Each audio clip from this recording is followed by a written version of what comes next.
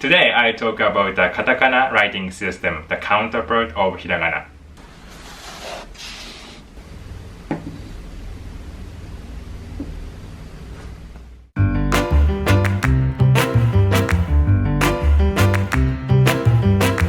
Katakana is composed of 46 characters and is 1/3 of the kana writing system.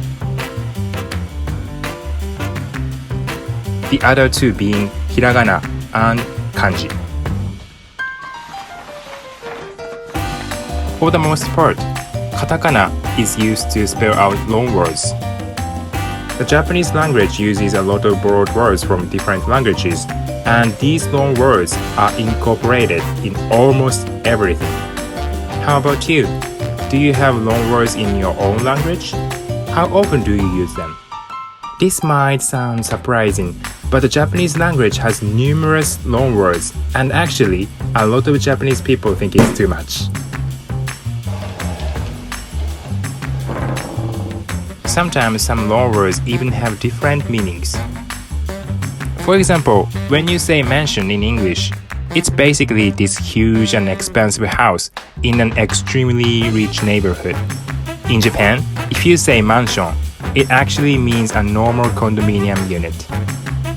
Another example would be parka, which actually means hoodie and not an actual parka jacket. We also tend to shorten long words a lot, like choco for chocolate and entame for entertainment. Honestly, with all the long words that exist in Japanese language, it is difficult to avoid using them at this point. So, moving on to the real question, how can you actually remember the katakana writing system effectively?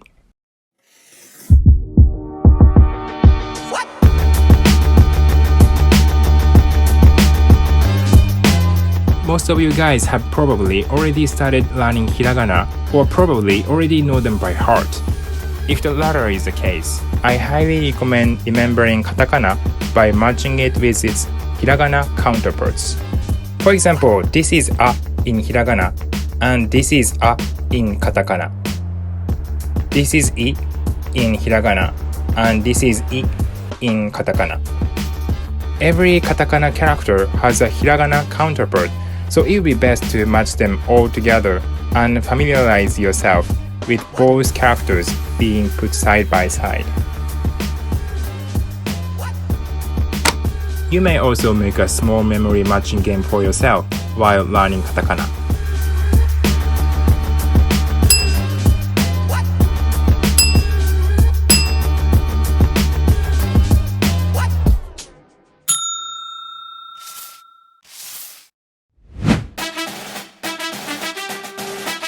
Once you are familiar with hiragana, it will be much easier to see that some katakana characters actually look like their hiragana counterparts.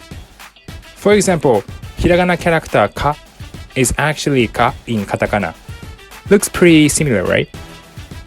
Further examples are the characters u, ki, ko, se, he, mo, ya, ri, and so on. Maybe beginning with these katakana characters would be the best way to go to jumpstart your katakana studies. But sorry to break your bubble though, as you have to be careful about the next point.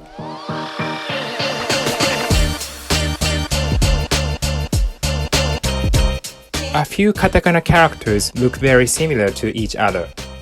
For example, u and wa, so and n, and so on. Be sure to familiarize yourself with the differences between similar-looking katakana characters because they are totally different characters. As I mentioned previously in my video, hiragana is a puzzle. Link in the description if you wanna check that out. Katakana can also be a puzzle. As katakana characters have one syllable each, you can also look at these characters as puzzle pieces when trying to spell out words.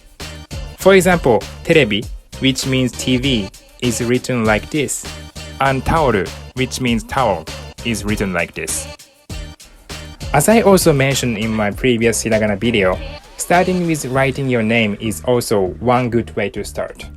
As always, feel free to comment your names in Roman characters below, and I will help you spell these out in katakana. To sum everything up, remembering katakana characters will be very similar to how you remember hiragana. If you also know hiragana by heart, it will be much easier and faster for you to remember katakana characters, especially if you try to practice the tips I just shared with you guys in this video. I know that katakana might look a bit trickier to remember, as some characters look very similar and can be confusing.